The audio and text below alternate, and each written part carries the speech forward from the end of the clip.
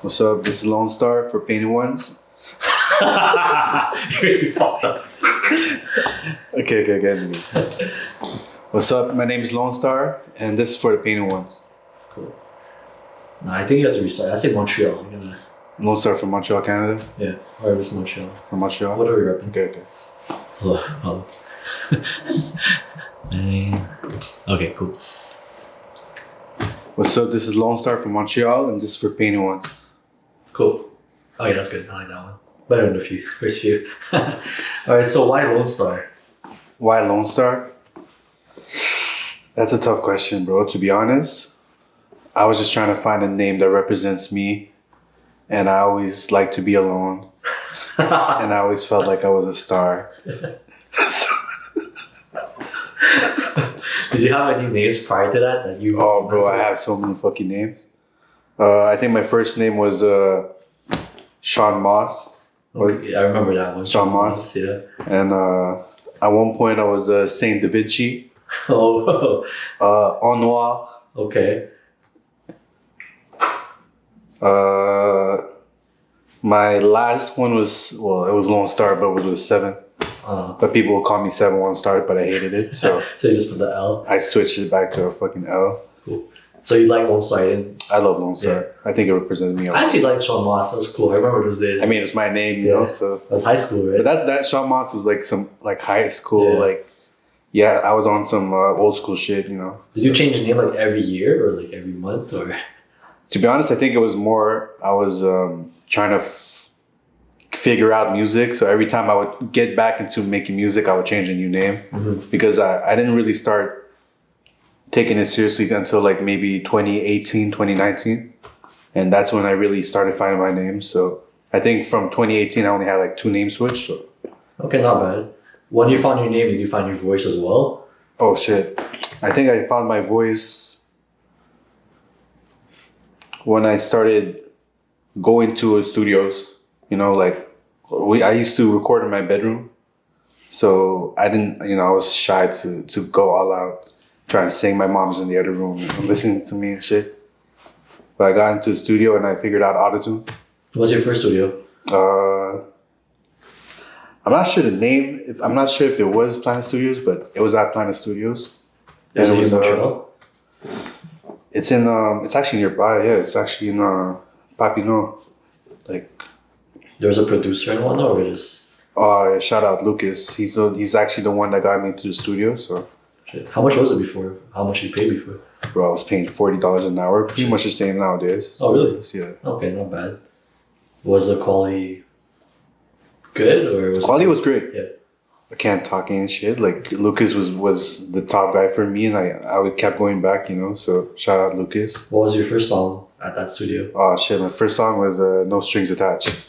Oh. And that was probably what really took off for me in R&B, because prior to that I was doing more old school shit, but really like going to the studio made me transition to like melodic shit. Would it be like R&B rock now your genre, you could say? I feel like a lot of people think I'm into the rock shit, but I feel like I'm pushing away from the rock style now and more going into like melodic club music, you know. I mean, another your bouncy song, stuff. Like your new song, the house vibe, that's pretty sick. Yeah, that's something that no one knows about yet. So you know, we'll see on TikTok. People will. When you see it, you'll see it. Yeah. Maybe it'll be out before this drops, you know. But yeah, how long have you been doing music? Yeah, I've been making music since 2014. Yeah, why did you remain in this? Oh, actually, wait, no, not 2014. I was making music since I was 14. Oh, okay, so that's what year was that? Shit, I think I got into high school 2008. So 2009 I started making music. Shit, so I don't know, Matt, we're talking about 13 years now? Yeah, but seriously, like making music as a career, I would say from 2018. So. What do you love about music, the music industry in general? Oh, I hate the music industry. What? The music industry sucks. What the oh, yes. That changed my whole question. So why do you love music then? I love music because it's a way for me to be creative and to show my my passion and what I find that I can write into. Well, no, that was horrible. Well, I find that music is just something I can be creative, and it's just some passion for me that I used to have since I was a kid. So, Was music your first like art form? Was there anything else before music? Shit, yo, shout out Painted Ones for saying art is everything. So basketball is an art to me, bro. So basketball is my first love. What position do you play? I played point guard. You still nice? Yeah, I'm fat now, bro. So, nah, I think I'm still nice. I just need to get my cardio back and shit. But I love basketball. If you bring me in a court, I'm gonna try to go off with the limited shit I have nowadays. But I'm gonna get back in form. Don't worry. I'm gonna beat all guys. So just basketball you had? Nah, basketball. I know this guy wants me to bring up dancing. So. Yes, dancing. So I used to dance a lot. I used to do hip hop dancing. You know, sea walking. Yes. I used to sea walk. Could we bring up the name you had when sea walk? I had two names. I had my first name was Pinoy Clown. Yeah, I remember because that. I'm Pinoy. And you're a clown. And I'm a clown. But then I switched it to iClown. So, you know. So actually, you went through like several names throughout your career and stuff. Bro, I think everyone was tired of me switching.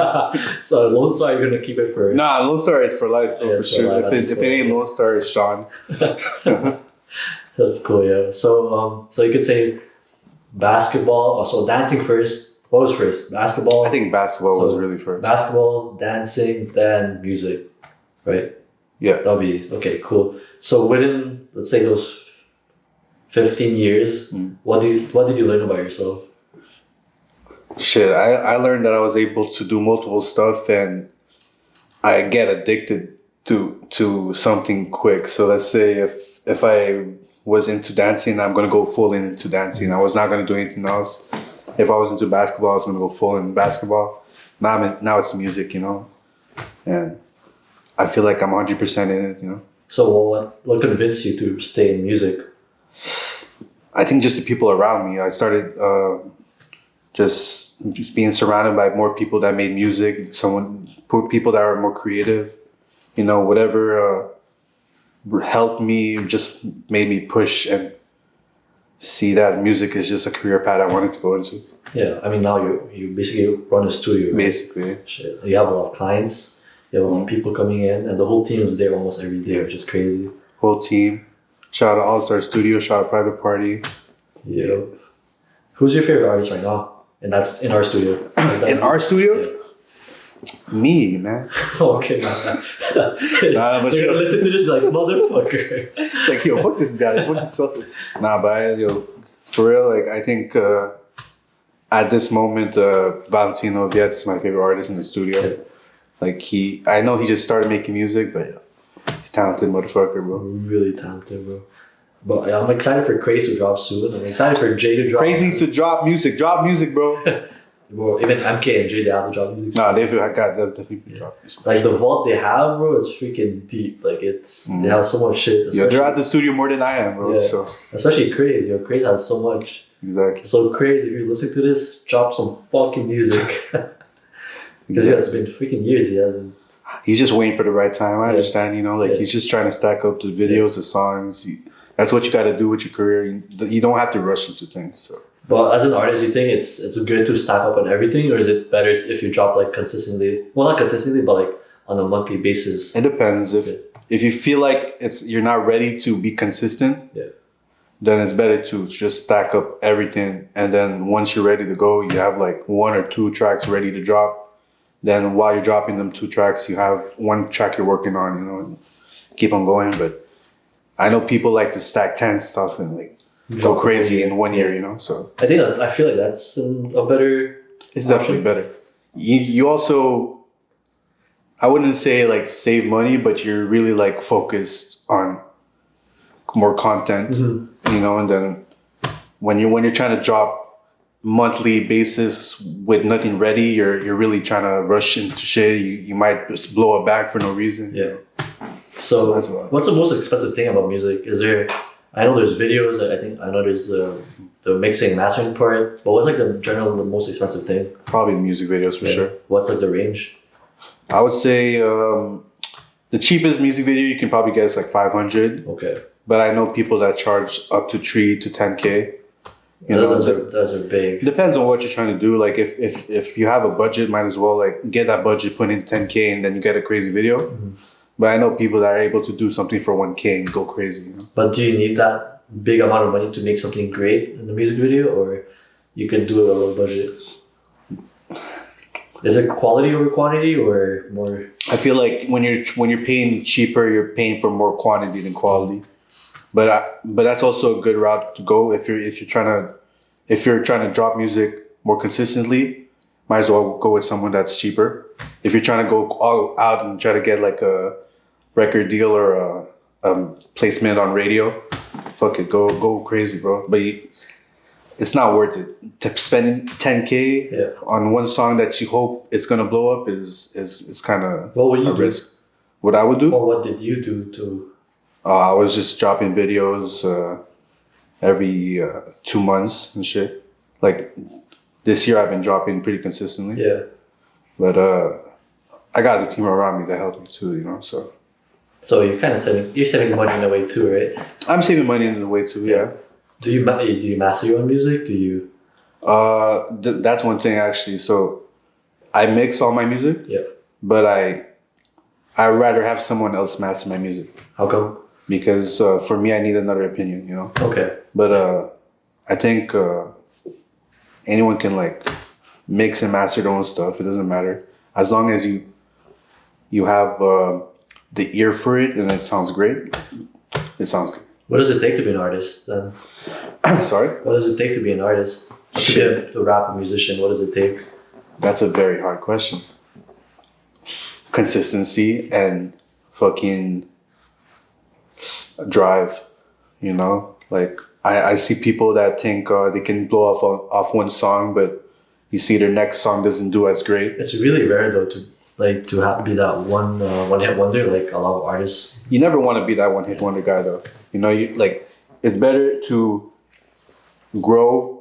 You have a small fan base, and with that fan base, you keep growing and growing and growing instead of dropping one song and hits 1 million, and then all your stuff after can't even reach that point, you know? Mm-hmm. So might as well just slowly grow than actually pray to be big and then it just falls off for you, you know? Like, let's see Designer and who else? Like, Lil Pump and all that shit. Those are one-hit wonders and it sucks. I get it. Is there any artists in particular in Montreal that you think can make it? You know, I had this conversation with Marmo yesterday. Mm-hmm. So for Montreal to blow up, we both think that we need like a Drake. We need like a Justin Bieber or The Weeknd. Is there an artist here in Montreal that could reach that level? I mean, anyone can reach that level. Yeah. I think the hard part for Montreal especially is trying to push out of the French scene. Mm-hmm. You know, I think the English scene in Montreal is talented. It's just we don't have enough exposure. But definitely, we definitely need that Drake person, you know, like if it's not me, it's going to be someone else. And, you know, we just ride off there. You know, yeah. That's it. Is that what's missing then? Like, a lot of people I've talked to, basically, Montreal's missing a lot of support. Mm. People are missing, do you agree on the support part? Oh, 100%. But I think it's more the fact that people know each other and they don't want to support each other because they're trying to be bigger than the other person, which is it sucks because it's like selfishness, right? It's selfish, but it's normal. You know, it's just competition. Yeah, but do you think competition is good?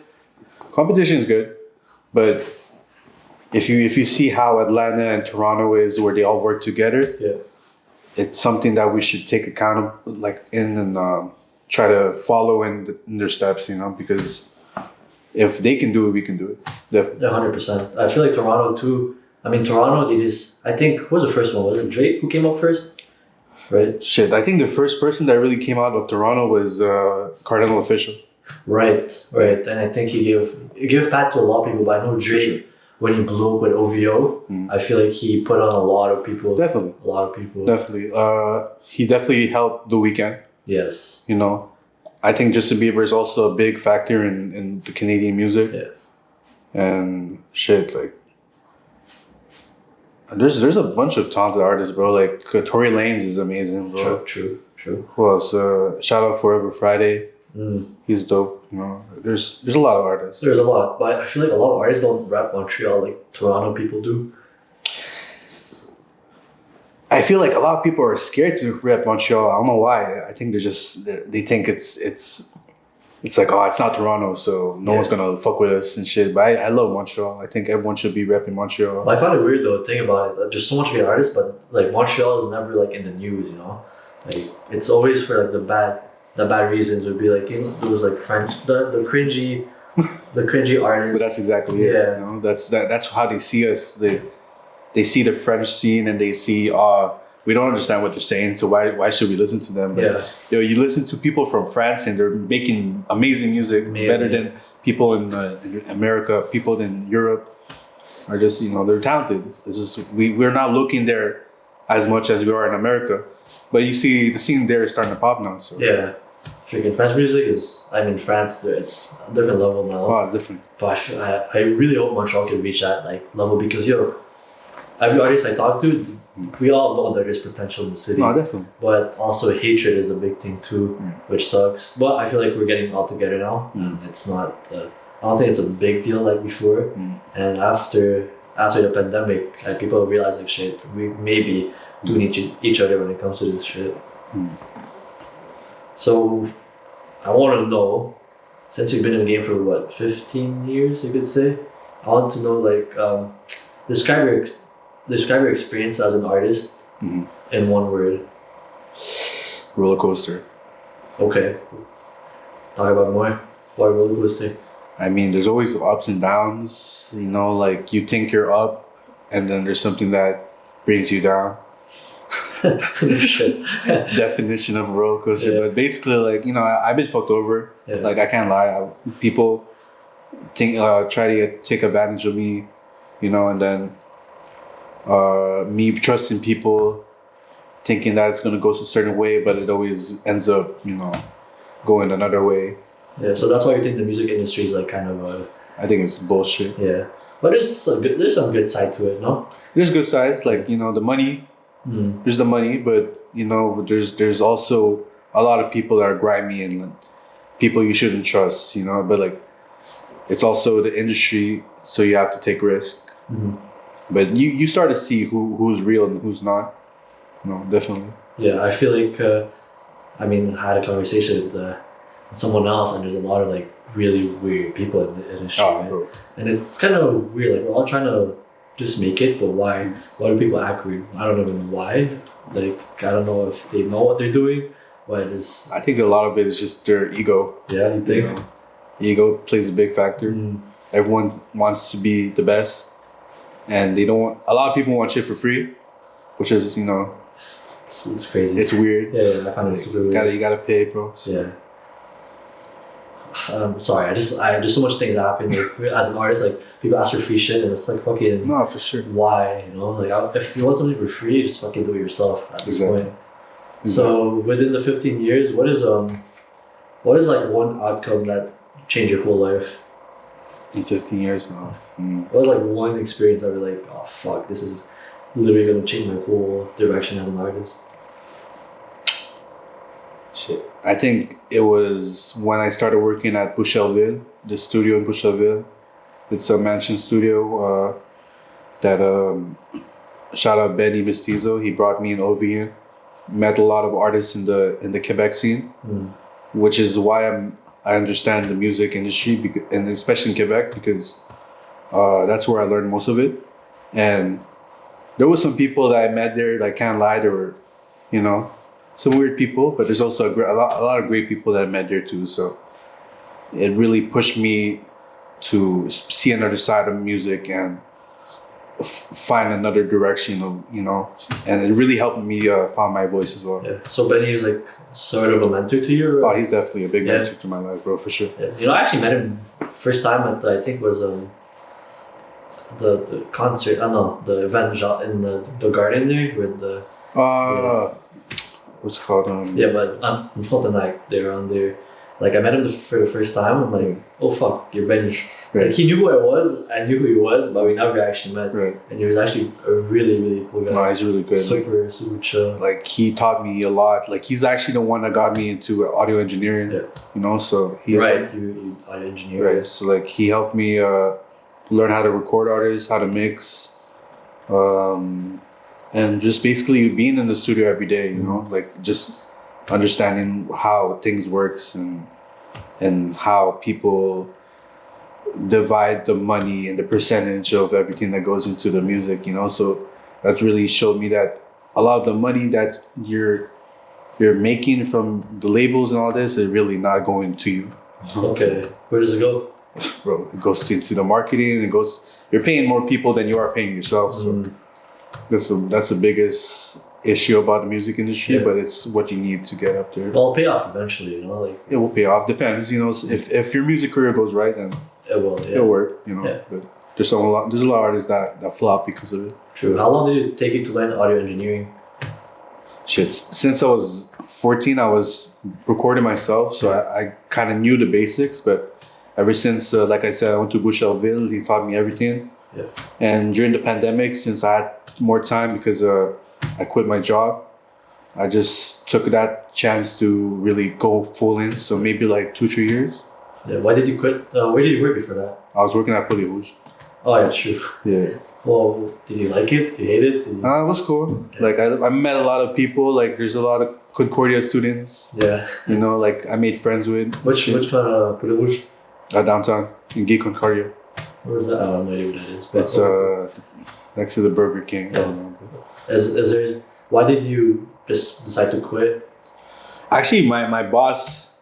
That's a funny story. My boss asked me if I wanted to be laid over. And just take advantage of the CRB. Okay. Oh, this was pre-COVID then. Yeah, basically. Yeah. You know, but I don't know if this is gonna make me in trouble with the government. But I was finessing the CRB shit, bro. Everyone was. Yeah, I think everyone was finessing the CRB. But shout out my boss. Shout out Ahmad. You got me. Is he still working there? Yo, he's the owner, bro. Shit. The owner of Poulet Rouge, bro. Like he was like, yo, I know you want to do music, so here, I'll let you off. You get the CRB, and you do whatever you want, you know. So yeah, shout out to him because now you run a studio because of that decision. If it wasn't for that, especially COVID, if it wasn't for COVID, I wouldn't. Yeah. I don't think I would be engineer. Yeah, shit. Yeah. Okay, shout out. What's his name again? Ahmad. Yo, sponsored this video. Shit, that's cool, yeah. So it's all because of him. Yeah. Do you regret it? Do you love it? No, I love it. I love it. I think if it wasn't for that decision, like I wouldn't have taken the risk, you know, to actually do it. I think I would have been stuck working a 9 to 5 and shit. What was the scariest part starting in the studio? Money, bro. Yeah. Like getting the money to afford like all the equipment, and you know, there's a lot of stuff that go into making a studio, especially like trying to make the sound panels and all of this. It's expensive, but you know, we got here. We're here.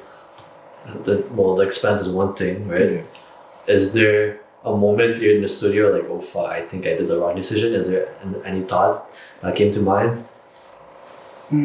Not really. Yeah. I think the hardest part about, especially owning a business, is just building a clientele. Yeah.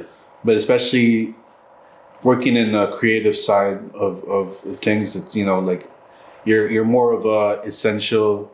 Not essential. You're more of a.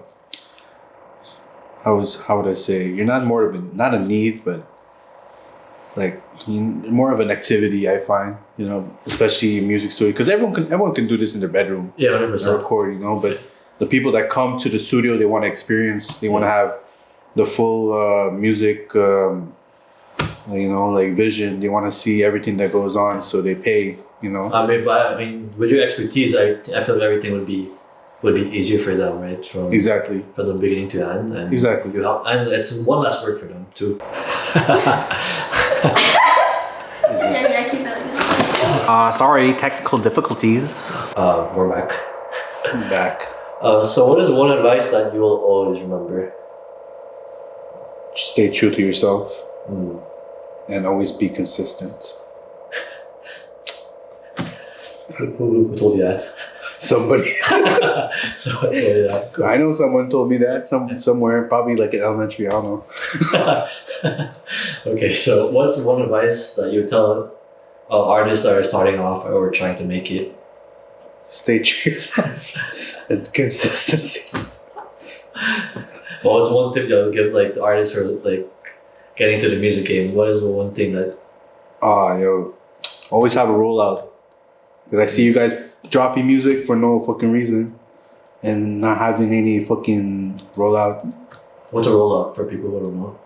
Yo, photos, videos, any content to promote your music videos, Instagram, Reels, TikToks, whatever.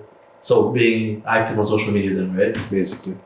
Well, is that a big problem for a lot of artists nowadays? Like they just drop and don't do anything ever again? It depends. I feel like a lot of people need like a rollout to push the music, but there's some people that try to take the weekend route and just drop the music, hide their face, and hope they make it. But I think we're far from that generation now. So, but I feel that's really rare though for what like to drop something and like we talked about a while to make it happen. And I feel like everyone who has social media think it's easy to pop off, but people don't know it takes a lot of work. A lot of like thinking, a lot of planning to make it happen. Right. And there's a lot. I'm not gonna name the artists here in Montreal, but there's a lot. They drop on music and think that's it. That's all. Yeah. Yeah. And sometimes it works out, good for them. But then after that, they have nothing to show. Right. And then they come back the next year, which is pretty whack. Like I said, just consistency. If you have a rollout, that's part of the consistency that you need. You know, like. You're dropping content every day. It doesn't even need to be every day. It could be once a week. But promoting your music every week with one type of content is going to do a lot for you, you know? Exactly. So. I feel you. And we talked about advices and whatnot. And what's one thing you would tell your younger self? Shit. I was going to cry. So early. My nose running. Shit. Believe. Stop listening to the haters. They just little pussies. No, but for real, like, I think one advice I give myself is to not listen to anyone. Just stay true to yourself and keep going. You know. So you'd be proud of you right now. Yeah, I think so. I think myself would be proud. Yeah. I did like a little TikTok about. I don't know if you've seen that shit, but I don't know. What should I show it? Yeah. Did you ever think of? Did you ever imagine yourself opening a studio when you were a kid? Nah. Yeah. But I used to talk about it. Yeah. Like I don't mean crazy to want to have a studio. But how does it feel now having a studio? How does it? I think it's great. Like I'm able to just work on music 24/7.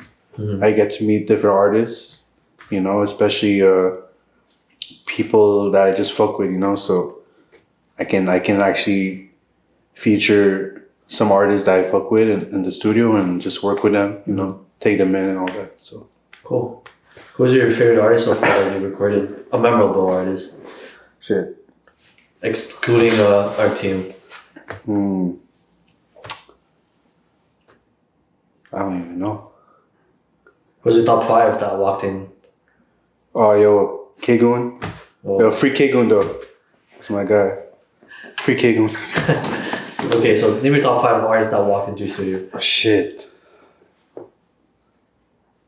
And we're not hating on everyone, it's just his top 5 that he loves everyone in the studio. Okay. Well, top 5 doesn't mean the most famous, but top 5 I think like K-Goon. Yeah. Shit. Who? Valentino. Actually, Valentino. Excluding her. Oh shit. Excluding her. Okay. KP. Shout out KP. KP. Love KP. Actually, was with him today. C's is my guy too. This guy funny as hell. Who else? Shit. Ben Eli, yo, Ben Eli fire, bro. Yeah, he is fire. Shout out Ben Eli. Who else? And Bambino, fire artist Bambino, from France, bro. This guy go crazy. Where's he now? Is he still in Montreal? He's still in Montreal, Yeah. I think so. Yeah, but shout out Bambino. Yeah, I think that's a good top 5. Yeah, And we're not bashing everyone else who walked Nah. in. It's just you guys are all fire yeah, exactly. in your own way. Who would you love to have in your studio? Name any artist in the world that you would love to have walk into that studio. Shit. Tory Lanez. Oh, You know where to find me, bro. Montreal, 1 to 3. what's so intriguing about Tory Lanez? Yo, this guy just talented as fuck, bro. Yeah. I think he helped me really find my sound. Yeah.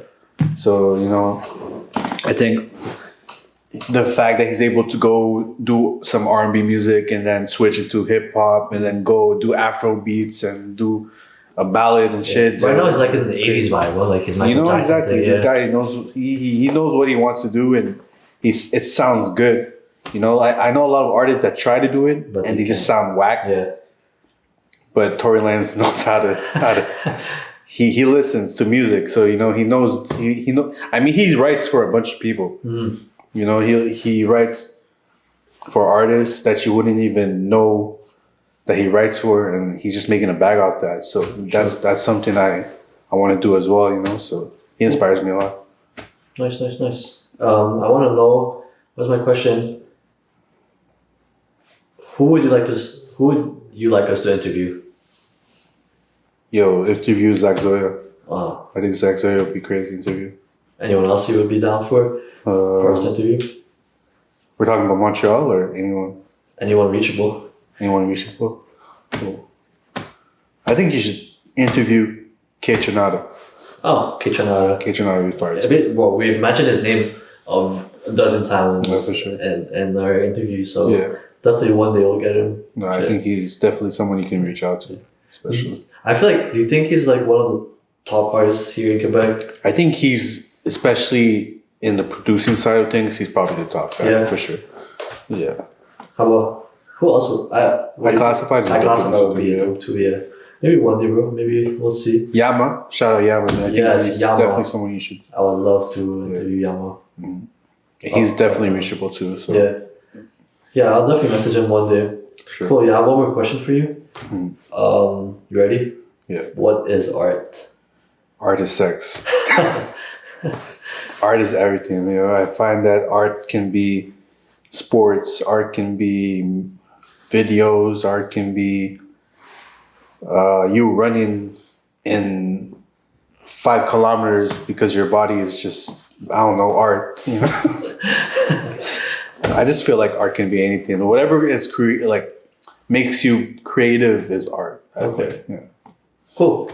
All right. Anyone you want to shout out before we end this? Oh shit! Shout out the gang, All Star Studio. Shout out Private Party. Shout out everyone. Name everyone. Shout out JMK, Bantu Viet, Craze, Nader, G Visions. Shout out Fred Pell. Shout out